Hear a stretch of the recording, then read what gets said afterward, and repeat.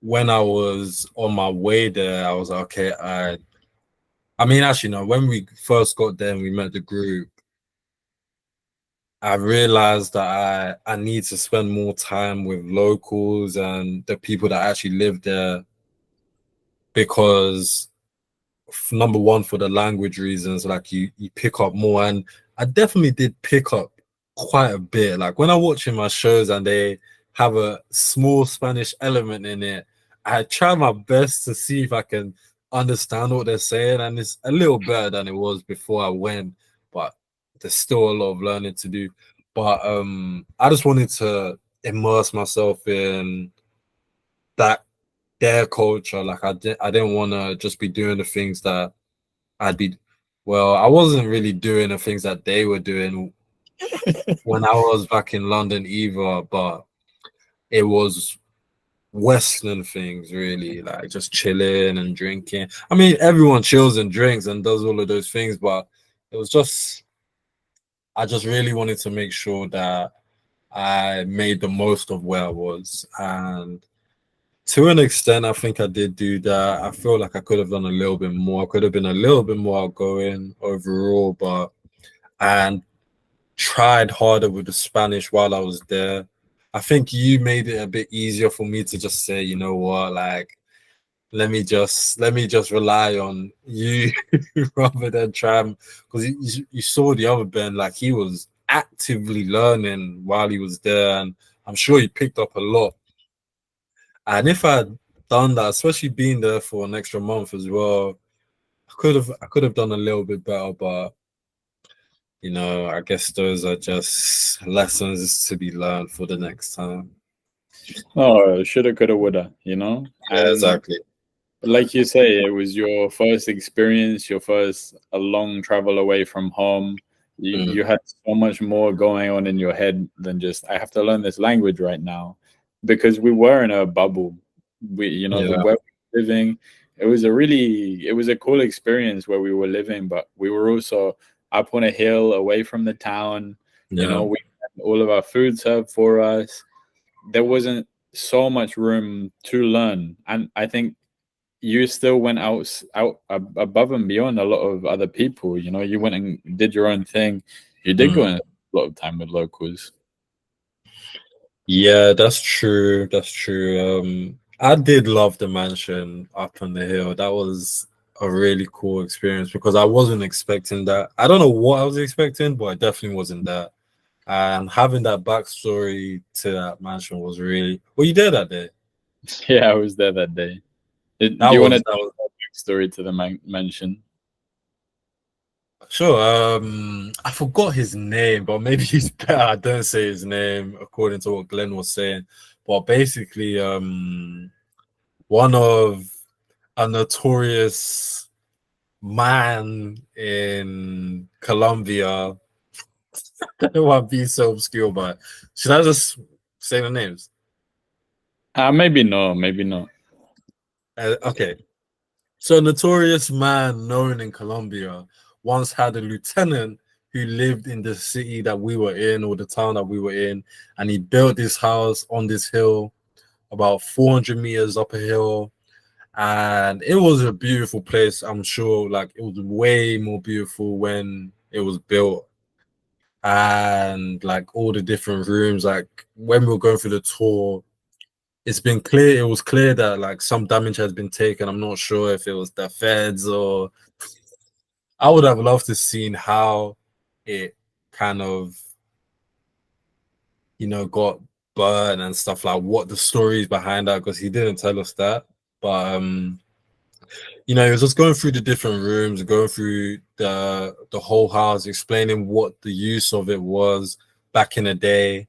And like the room that I was in with Andre, that was a funny room as well because it had one of those mirrors, and we tried to get in there. It's just a mess, but it was just a really big, beautiful place that used to have a lot more entertainment than it does now. Like it was definitely not a family home, and it was just really cool to learn about that and to spend a few months there. Yeah, and I was expecting excitement, going to Colombia, and like to have that as the first thing, like it definitely set a good tempo to the place. So, but yeah, like going back to what you were saying, as like for me to going out and stuff, it was a bit more difficult living up there, especially when you wanted to go out at night. But I mean, I did do some things, but I think even those things, I kind of got comfortable in them. After a certain point, I wasn't really looking to do new things and try different things, especially like the food as well. You know how difficult that was for me. That was quite difficult, but yeah, definitely. Like I said before, it was a good starting spot for me. It was a good place to start, and I know a few things that I would do if I was to go back, a few things that I would like to try, even if I don't go back or if I go somewhere else, just like traveling in general. So yeah, yeah, I When you definitely have say a lot. you say even if you don't go back, but you have a big suitcase full of clothes Yeah, there. I have to go back. Yeah, exactly. But like, if it's not so immediate, I got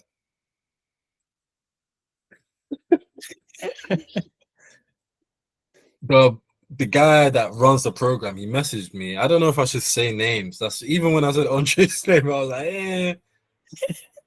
Maybe leave out the foundation name, but Okay, so the guy who runs the program, he messaged me maybe like a month ago, asking when I was gonna come back because my original plan was to graduate and then go back in like August. So when I told him that things didn't really work out like that, he just aired me, and I was like, oh no, like because I also needed a reference from him, and he said that if I just write a reference, he'll sign it and like he'll co-sign it. But when he aired me, I was like, oh no, like maybe he's pissed I wasn't able to stick to my timeline and he's just having to hold on to my luggage for however long with no like real plan for me to come back. I don't know if like I feel like he said that they were leaving the house themselves eventually, but there was so many suitcases there as well. So I don't know if it's such a big deal or not, but I do have to go get it back. Like I'm really lacking clothes. I was literally thinking about it a couple of days ago. Now that winter's coming, all my winter stuff is literally there in sunny Colombia. How does that even make sense? Like I've got all my flipping hoodies in Colombia. What? What? Where's the logic in that?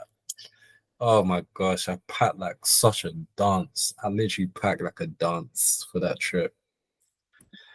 when I first met you and I saw these these a big bag and big suitcases, like yeah, you live and learn. You live and Yeah, learn. literally, literally. That's definitely a lesson I've taken as well. Especially like when we were going to like Salento and all these little mini spots that we ended up going to. I'd always, even then, I was overpacking. I remember we went to Salento and I just had a big bag. I stuffed that motherfucker to the brim, and I still forgot like my swimming shorts and other things as well. And packing has never really been a specialty of mine. Like I always do too much or don't do enough.